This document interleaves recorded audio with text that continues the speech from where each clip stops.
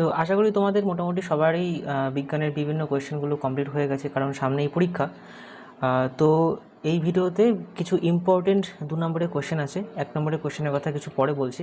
কিছু ইম্পর্টেন্ট 2 নম্বরের কোয়েশ্চেন আছে, শুধু একবার দেখে নাও যে তোমাদের এই কোয়েশ্চেনগুলো তৈরি আছে কিনা, কারণ এইগুলো হচ্ছে একদম শিওর শর্ট কোয়েশ্চেন, পরীক্ষায় কিন্তু একদমই আসবে।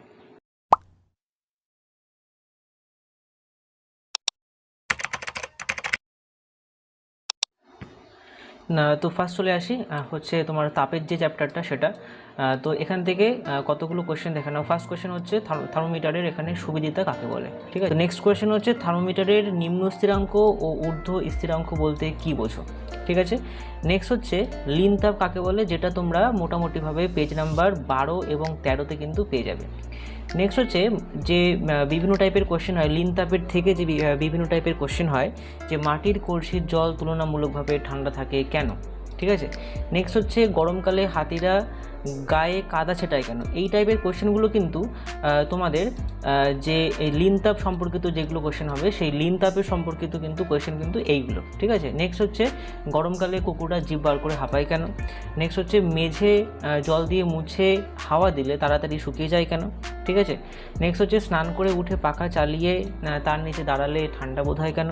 আর তারপরে হচ্ছে হাতে স্পিরিট বা ইথার ঢাললে জায়গাটি ঠান্ডা বোধ হয় কেন, ঠিক আছে। এছাড়াও আর একটা কোয়েশ্চেন তোমাদেরকে আমি বলে দিচ্ছি, সেটা হচ্ছে নেক্সট হচ্ছে গরমকালে জানালায় টাঙানো পর্দায় জল ছেটানো হয় কেন। এটা কিন্তু এই কটা কোয়েশ্চেনের মধ্যে কিন্তু তোমাদের একটা কোয়েশ্চেন আসতেই পারে, ঠিক আছে।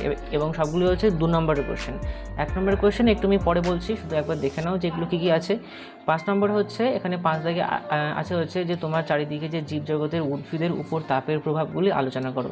এখানে পেজ নাম্বার তোমাদের বইতে 13 এবং 14 নম্বর যে পেজে আছে, সেই 13 এবং 14 নম্বর পেজে কিন্তু এইগুলো আছে। নেক্সট হচ্ছে পার্থক্য খুব একটা ইম্পর্টেন্ট, এবং পার্থক্য দেখো আমি এখানে 3টে মোটামুটি পার্থক্য এখানে রেখে দিয়েছি। তো 3টে পার্থক্যের মধ্যে ফার্স্ট হচ্ছে তাপ ও উষ্ণতার পার্থক্য। নেক্সট হচ্ছে এখানে সেলসিয়াস ও ফারেনহাইট স্কেলের যে পার্থক্যটা সেটা, আর বোধগম্য তাপ এবং লিন তাপ, ঠিক আছে। বেশি অনেকগুলো করে পার্থক্য মনে রাখার বা পড়ার বা লেখার চেষ্টা করার দরকার নেই, কারণ মাত্র 2 নম্বরে কিন্তু কোয়েশ্চেন আসবে। হার্ডলি তুমি এখানে 4টে পার্থক্য লিখতে পারো, কারণ একটা পার্থক্যের জন্য তোমাকে হাফ নাম্বার করে দেবে, ঠিক আছে।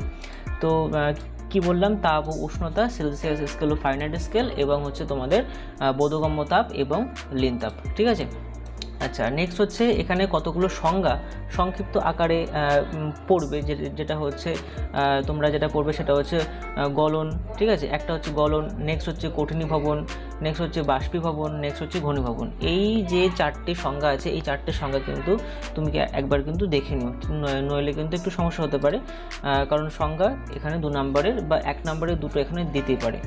নেক্সট হচ্ছে সেলসিয়াস ও ফারেনহাইট স্কেলের যে তোমাদের মানে যে অঙ্কটা, এই অঙ্কটা কিন্তু একটা থাকবেই, ঠিক আছে। সেলসিয়াস এবং ফারেনহাইট স্কেলের যে অঙ্কটা সেটা কিন্তু থাকবেই। সো ফার্স্ট অঙ্কটা হচ্ছে দেখো লেখা আছে, কোনো একজনের গায়ের উষ্ণতা 102 ডিগ্রি ফারেনহাইট হলে সেলসিয়াস স্কেলে সেটা কত হবে, ঠিক আছে। সেলসিয়াস স্কেলে সেটা কত হবে সেটা কিন্তু তোমাকে বার করতে হবে। কি দিয়ে?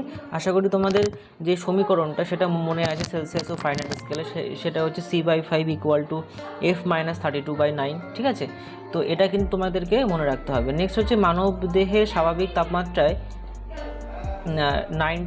মানবদের স্বাভাবিক তাপমাত্রা হচ্ছে 98.4 ডিগ্রি সেলসিয়াস হলে সেখানে তোমাদের তাপমাত্রা কত হবে, ঠিক আছে, স্বাভাবিক তাপমাত্রা, ঠিক আছে। আর নেক্সট হচ্ছে কোন উষ্ণতায় ফারেনহাইট স্কেলের পার্ট এবং সেলসিয়াস স্কেলের পার্টের দ্বিগুণ হবে। উষ্ণতায় সেলসিয়াস এবং ফারেনহাইট স্কেলের পার্ট সমান হবে, ঠিক আছে। আমরা সবাই জানি -40 ডিগ্রি, সেটা সেন্টিগ্রেডও হোক বা ফারেনহাইট হোক, এটা কিন্তু সেম হবে, ওকে।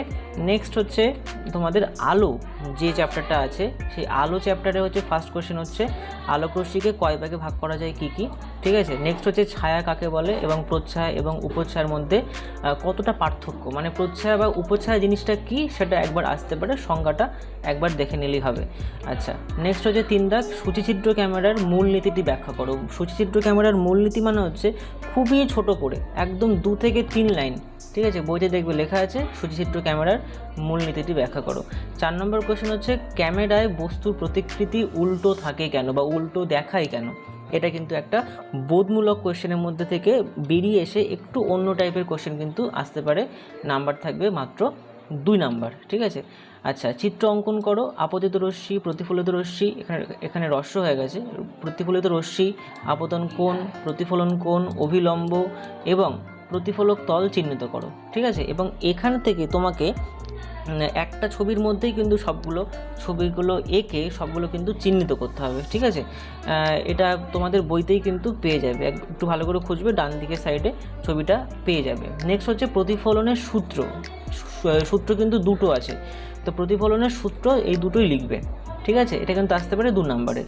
নেক্সট যে কোশ্চেনটা আসছি সেটা হচ্ছে সিনেমার পর্দা, এটা হচ্ছে তোমার আলোকরশ্মি প্রতিফলনের একটা মানে তোমার বোধমূলক কোয়েশ্চেন, সেটা হচ্ছে সিনেমা হলের পর্দার বদলে আয়না রাখলে কী হবে। এই টাইপের কিন্তু এখন বেশিরভাগ কোশ্চেন আমরা দেখতে পাচ্ছি, একদম কমন কোশ্চেন থেকে বেরিয়ে এসে এই টাইপের কোশ্চেনগুলো কিন্তু আমাদের দিচ্ছে, যে সিনেমা হলের পর্দার বদলে আয়না রাখলে কী হবে, সেটা বইতে পেয়ে যাবে, খুবই সোজা। নির্দিষ্ট একটা জায়গার দর্শকরা দেখতে পাবে শুধুমাত্র সিনেমা, বাকিরা কিন্তু দেখতে পাবে না। আচ্ছা, সেই একই উত্তর কিন্তু ডিফারেন্ট কোয়েশ্চেন। দেখো, সিনেমার পর্দা অমসৃণ ও সাদা করা হয় কেন, ঠিক আছে। সাদা করা হয় কেন ছোট্ট একটুখানি বলে দিই, সেটা হচ্ছে যাতে ঠিকভাবে আমরা পুরো জিনিসটা দেখতে পাই বা পুরো প্রতিকৃতিটা যাতে ভালো করে আমরা বুঝতে পারি, ঠিক আছে। Next very very important question, পার্শ্বীয় পরিবর্তন কাকে বলে? আর অ্যাম্বুলেন্স কথাটি উল্টো করে লেখা থাকে কেন? প্রতিবারের জন্য একটা কমন কোয়েশ্চেন, অ্যাম্বুলেন্স কথাটি উল্টো করে লেখা থাকে কেন, এটা কিন্তু তোমাদেরকে পড়তে হবে, এটা কিন্তু পরীক্ষায় আসবেই। এই অ্যাম্বুলেন্স কথাটি উল্টো করে কেমন হবে সেটা যদি তুমি পরীক্ষার খাতায় একটু লিখে আসো তাহলে কিন্তু বেশ ভালো হয়, কারণ এটা কিন্তু খুব একটা সবাই লেখে না। তো অ্যাম্বুলেন্স কথাটি উল্টো করে লেখা থাকে কেন সেটা একবার কিন্তু লিখে আসলে আমার মনে হয় সবথেকে বেস্ট হয়। আচ্ছা, নেক্সট হচ্ছে বর্ণালী কাকে বলে এবং কয় প্রকার ও কী কী, ঠিক আছে। বর্ণালী হচ্ছে 2 প্রকার, একটা শুদ্ধ এবং অশুদ্ধ, এবং যদি তোমরা একবার ছবিটা এঁকে নিতে পারো তাহলেও সেটা খুব ভালো হয়। নেক্সট হচ্ছে এক্স রশ্মির ক্ষতিকারক প্রভাব সম্পর্কে আলোচনা করো। এখানে লেখা আছে ঠিকই আলোচনা করো, বাট এখানে 2 নম্বরের কোশ্চেন যেহেতু থাকবে, একদম 2 থেকে 3টে লাইন লিখবে, এর থেকে বেশি তোমাদের কিছু লেখার দরকার নেই। পার্থক্য আমি এখানে 3টে করে নিয়েছি, একটা হচ্ছে নিয়মিত আর বিক্ষিপ্ত প্রতিফলন, নাম্বার 2 হচ্ছে ছায়া প্রচ্ছায়া আর হচ্ছে উপচ্ছায়ার পার্থক্য, আর সদ্বিম্ব আর অসদ্বিম্ব পার্থক্য। বেশি কিছু এক্সট্রা কিছু পড়তে যাবে না, কারণ মাত্র 15 নাম্বারের কোয়েশ্চেন থাকবে, তো এবার এতগুলো যেহেতু চ্যাপ্টার, সেক্ষেত্রে 15 নাম্বার ওর মধ্যে থেকে বার করাটা খুব চাপ, ওই জন্য যেগুলো বার করে দিয়েছি পার্থক্য এর মধ্যে থেকেই আসবে, কোনো রকম সমস্যা নেই। আচ্ছা, নেক্সট যে চ্যাপ্টারটা সেটা হচ্ছে অণুপরমাণু ও রাসায়নিক বিক্রিয়া। এই অণুপরমাণু রাসায়নিক বিক্রিয়া থেকে ফার্স্ট কোয়েশ্চেন হচ্ছে পরিবর্তনশীল যোজ্যতা কাকে বলে। যদি 2টো উদাহরণ দিয়ে দিতে পারো সব থেকে বেস্ট হয়। নেক্সট হচ্ছে শূন্যযোজী মৌল বলতে কী বুঝো, ঠিক আছে, শূন্যযোজী মৌল লিখে দেবে। নেক্সট হচ্ছে সংকেত বইতে যে সংকেতগুলো আছে সেগুলোই পড়বে, অন্য কিছু পড়ার দরকার নেই। নেক্সট 4 নম্বরটা, এটা পরীক্ষায় আসবে, খুব ভালো করে কোয়েশ্চেনটা দেখো। একটি মৌলের ভর সংখ্যা আর পরমাণু ক্রমাঙ্ক দেওয়া থাকলে সেখান থেকে ইলেকট্রন, প্রোটন এবং নিউট্রন সংখ্যা বার করতে হবে। উদাহরণ দিতে পারে বা সমীকরণ বলে দেবে, এবং সেখান থেকে তোমাকে বলে দিতে পারে যে কোনটা কী ধরনের বিক্রিয়া। এই সম্পর্কে অলরেডি একটা ভিডিও করা আছে, ঠিক আছে, অবশ্যই তুমি ওখান থেকে দেখে নিতে পারো, একদমই সোজা। তো ফার্স্ট হচ্ছে প্রত্যক্ষ সংযোগ, তারপর হচ্ছে বিনিময় বিক্রিয়া, একটু মিস্টেক আছে বানানগুলোতে, বুঝতেই পারছো কী হবে। নেক্সট হচ্ছে প্রতিস্থাপন বিক্রিয়া, বিয়োজন বিক্রিয়া, এইগুলোর উদাহরণ দিয়েছে। তো এটা উল্টেও কখনো কখনো দিতে পারে, যে বলবে যে উদাহরণ দিয়ে দেবে, বলবে কি এটা বিক্রিয়া, কি বিক্রিয়া এটা কিন্তু আসতে পারে 1 নম্বরে 2টো বা 1 নম্বর করে কিন্তু আসতে পারে। নেক্সট কোয়েশ্চেন ইম্পর্টেন্ট, সেটা হচ্ছে চুনাপাথরকে তাপ দিলে কি হবে। সমীকরণ না লিখলে কিন্তু হবে না, সমীকরণ অবশ্যই লিখতে হবে। 7 নম্বরে আছে কপার সালফেট দ্রবণে একটি লোহার পেরেক ডুবিয়ে রাখলে কি হবে, বইতে আছে, সমীকরণটাও আছে, ভালো করে দেখে নেবে, মোস্ট ইম্পর্টেন্ট কোয়েশ্চেন হচ্ছে এটা।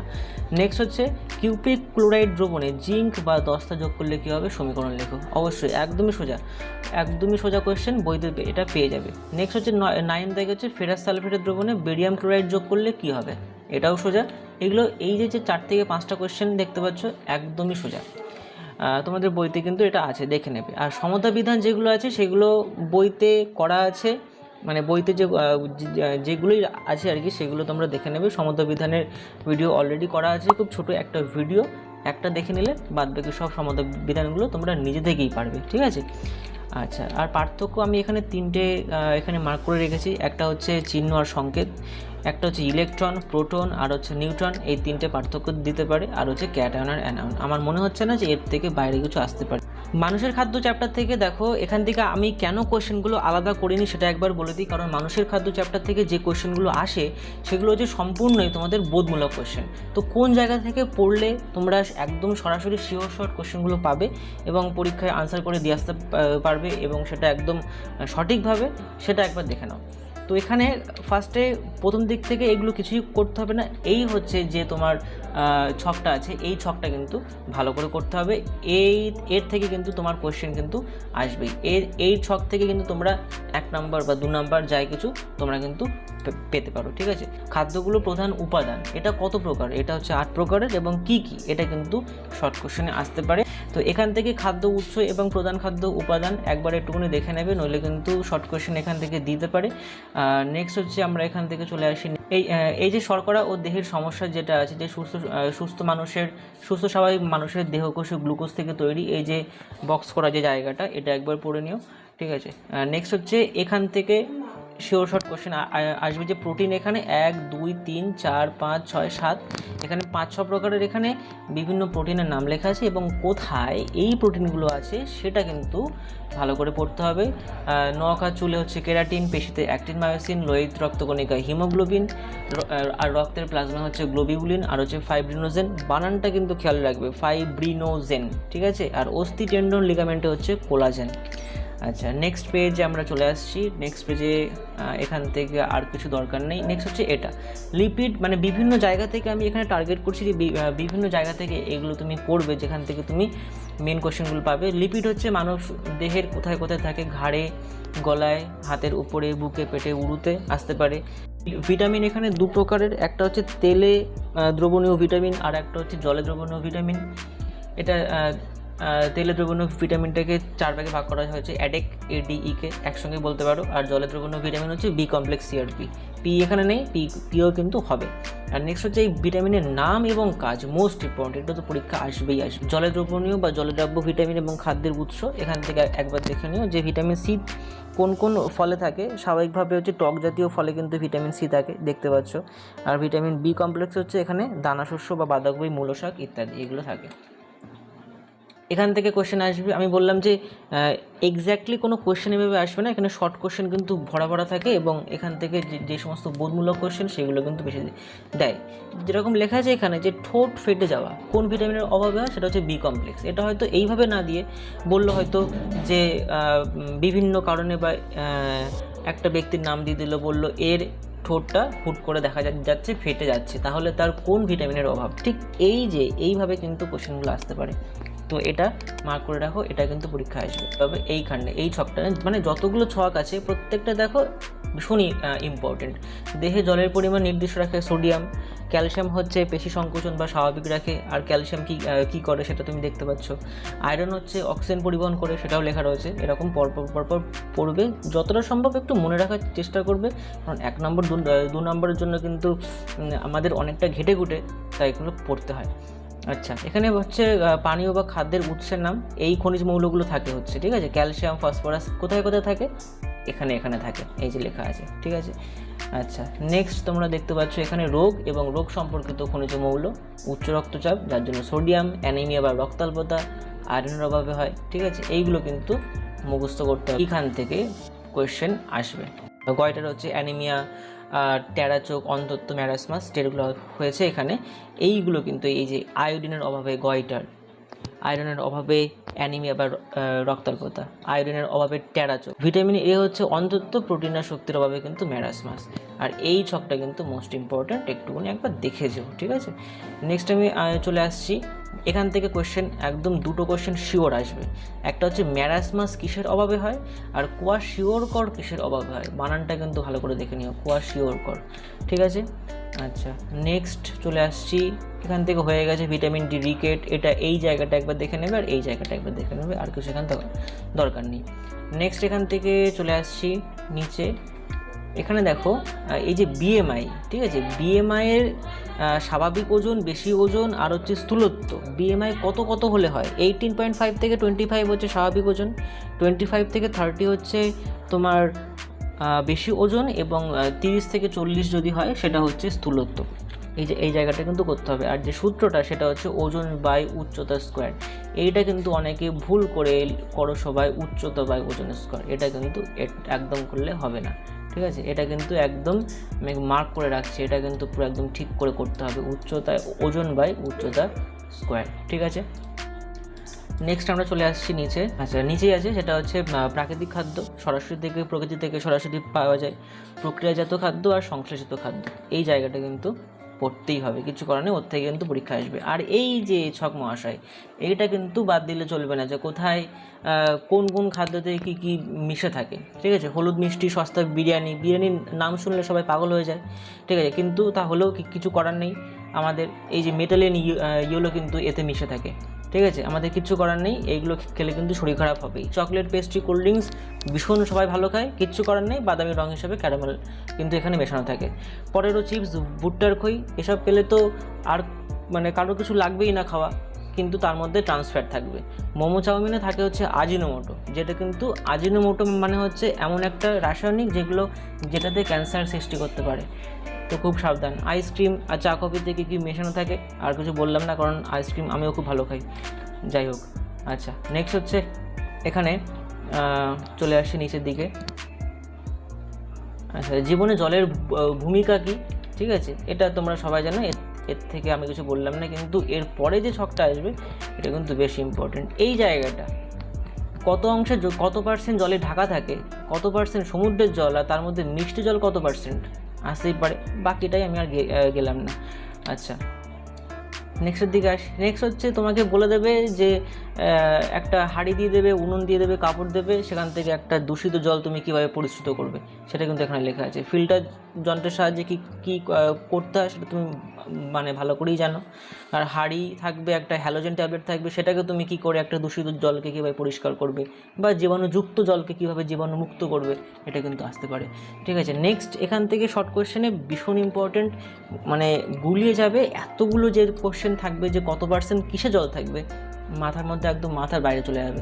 এটা হচ্ছে জেলিফিশে জলের পরিমাণ 95%, ডিমে হচ্ছে 74%, শশাতে ওজন হিসেবে জলের পরিমাণ থাকে 95%, আর কাঠের মধ্যে জলের পরিমাণ থাকে 10%, ঠিক আছে? এইগুলো কিন্তু মনে রাখতে হবে, কিছু করার নেই। আর এই ছকটা কিন্তু মাথা একদম খারাপ করে দেবে। ফুসফুসে কত পার্সেন্ট জল থাকে এই হুটপাট করে কিন্তু মনে থাকবে না, তাহলে একটু লিখে প্র্যাকটিস করবে, এই জায়গাটা একটু পড়ে রাখো। যদিও এর থেকে 1 থেকে 2 নম্বরের কোয়েশ্চেন দেবে, কিন্তু আমাদের মাথায় রাখতে হবে যে বিন্দুতে কিন্তু সিন্ধু গঠিত হয়। তুমি যদি 2 নম্বরে বা 3 নম্বরের 1 নম্বরের কোয়েশ্চেন ছেড়ে দাও, তাহলে কিন্তু ওখানেই 3 নাম্বার চলে গেল। আর ভুলভাল কিছু তো হবেই, সেগুলো যতটা কম সংখ্যক ভুলভাল হয় সেদিকে আমরা নজর দেব।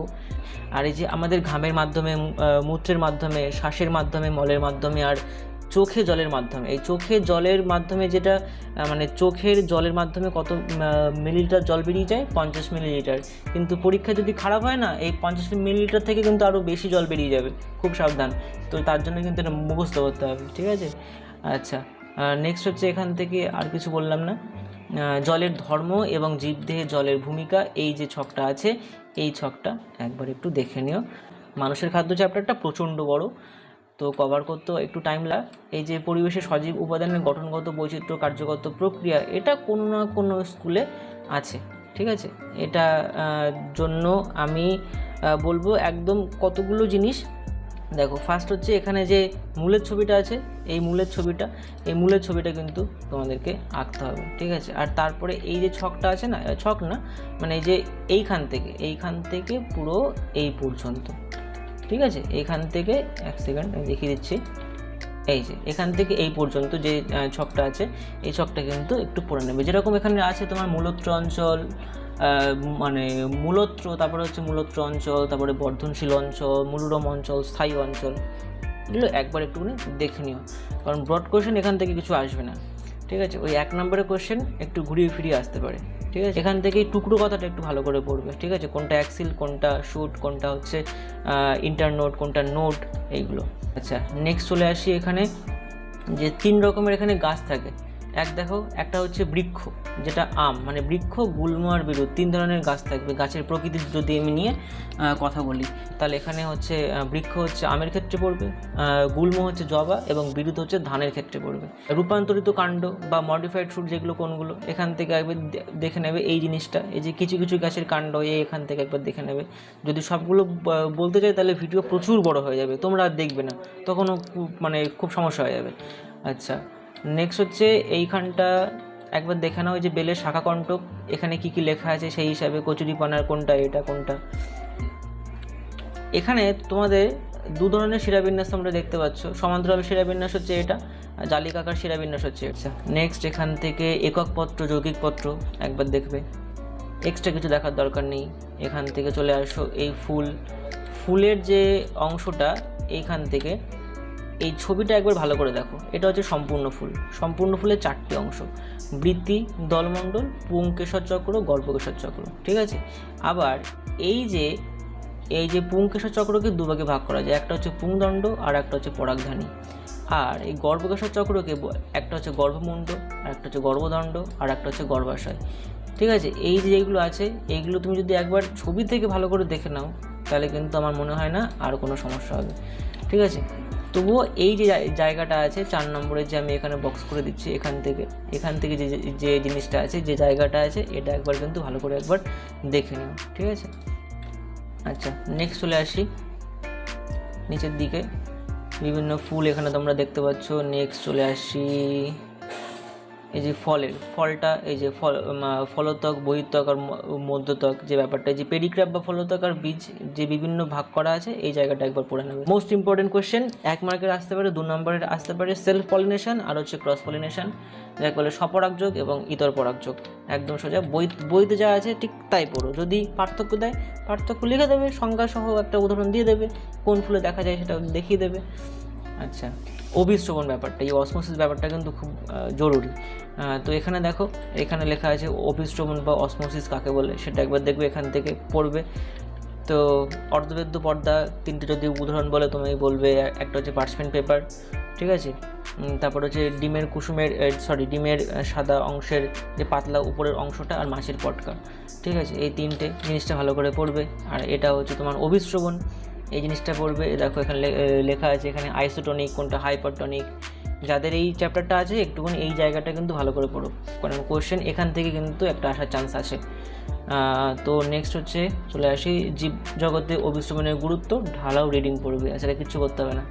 অঙ্কুরোদ্গমের জন্য কী কী প্রয়োজন তোমরা অনেক ছোটোবেলায় পড়েছো, সেটা নিয়ে আর কিছু বললাম। নেক্সট একটা কমন কোয়েশ্চেন, সেটা হচ্ছে পেজ নাম্বার 226-এ আছে।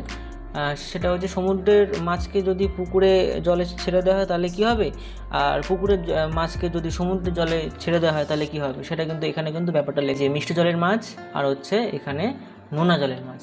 ঠিক আছে। এই জায়গাটা কিন্তু পরীক্ষায় 2 নম্বরের কিন্তু কোয়েশ্চেন আসতে পারে, যাদের এই চ্যাপ্টারটা আছে। ঠিক আছে।